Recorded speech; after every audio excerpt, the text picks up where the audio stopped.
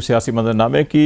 Prime minister ने एक बार फिर पीपल्स पार्टी को दावत दी कि वो काबीना का हिस्सा बने, लेकिन पीपल्स पार्टी अभी काबीना का हिस्सा बनने से गुरेज कर रही है। उनका मौक़िफ़ है कि प्रेज़िडेंट ज़रदारी जो है वो और पीपल्स पार्टी ख़ुद भी कॉन्स्टिट्यूशनल पोजीशन पर रहकर पाकिस्तान में कुछ सियासी रिकन्सिलिएशन का काम करना चाह रहे हैं। अब्दुल समाद याकूब साहब हमारे साथ हैं और हसन रज़ा पाशा साहब भी हमारे साथ हैं। इस पर बात करें। शाहिदा रहमानी साहब भी थी, शायद उन्हें जाना पड़ा। याकूब साहब, आपसे एक चीज़ जो बड़ी अहम एक और मामला जो है कि जैसे मैंने पहले भी कहा, ब्रेक के आगाज़ में हमने एक बात कही थी कि पाकिस्तान के माशरे से हमें ये दिखाई दे रहा है कि तहम्मुल और बर्दाश्त के कुछ रवैये जो हैं शायद वो जो होने चाहिए थे वो नहीं है। क्या हमें पाकिस्तान से लेके अब तक जो पाकिस्तान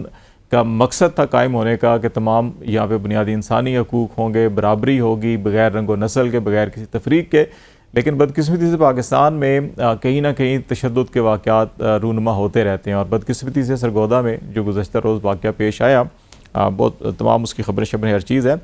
तो ये हमारी सोसाइटी से क्यों ये तहम्मुल बर्दाश्त ये चीज़ें क्यों ख़त्म हो रही हैं? क्यों हम जो है कि हर चीज़ को इंतहा पे ले जाते हैं, चाहे वो सियासी हो, चाहे वो नफ़रत हो, चाहे वो मोहब्बत हो, हर चीज़ की इंतहा को हम चले जाते हैं। मोतदिल रवैया जो है वो क्यों नहीं है हमारे यहाँ? देखें, बुनियादी तौर पर जब तौहीद मज़हब, तौहीन रिसालत या इस हवाले से जो हमारी सोसाइटी में जो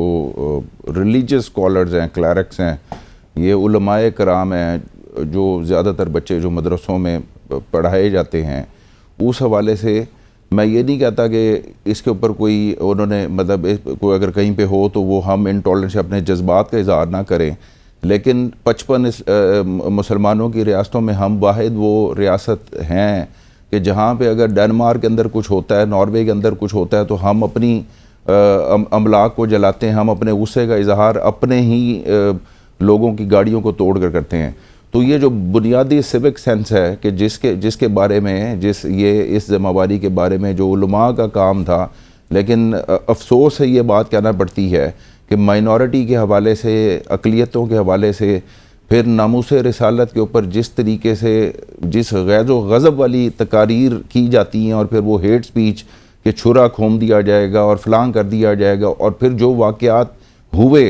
क्या उस पर हमारा जो निज़ाम अदल था या हमारी लॉ इन्फोर्समेंट एजेंसीज़ थी, क्या कभी किसी माइनॉरिटी को हमने उस तरीके से प्रोटेक्ट किया या करार वाकई सज़ा दी? या वो यहाँ पे तो मशाल के अगर वो कातिल हों तो वो भी बरी हो जाते हैं। तो जब आप इस तरह के वाक़यात में एक माइनॉरिटी को या जिसके ऊपर भी इल्ज़ाम, इंतहा पसंदी की बात कर रहे हैं, इंतहा पसंदी को काउंटर करने के लिए जो है सोसाइटी एज अ कलेक्टिवली अपना रोल प्ले करती है। मगर जिस शख्स के कहने के ऊपर अगर गवर्नर सलमान तासीर का कत्ल हुआ तो आपने सिर्फ एक शख्स को तो सज़ा दे दी, फांसी पे लटका दिया, मगर वो तकारीर वो लोग जिन्होंने उकसाया, क्या उन कल्प्रिट्स को, परपेट्रेटर्स को आपने उसको भी आप जो है वो अपने उस कटहरे में लाए या नहीं लाए? या जहाँ कहीं पे हेट स्पीच होती है, क्या कभी क्योंकि आप ये समझते हैं कि हुकूमत पहले ही बहुत सारे चैलेंजेस को फेस कर रही होती है और दूसरी तरफ जो है वो मजहबी शिद्दत पसंदों को अगर छेड़ा जाएगा, जिनको मसला हमारा एक जो हमारा अलमिया ये है कि वो उन इंतहा पसंदों को, क्योंकि उनके पास स्ट्रीट पावर है, फिर वो जब उनको पॉलिटिकली एजिटेशन की ज़रूरत पड़ती है तो उनको ला के फिर डी चौक पे बिठा दिया जाता है। जब आप ऐसे शिद्दत पसंदों को, जब आप अपनी पसंद और अपने शॉर्ट टर्म जो आपके वो गोल्स होते हैं उनको अचीव करने के लिए, किसी हुकूमत को दबाव पे लाने के लिए इनको ला के अगर आप इस्तेमाल करेंगे तो कल को ये आपके ख़िलाफ़ जो है वो खड़े हो सकते हैं।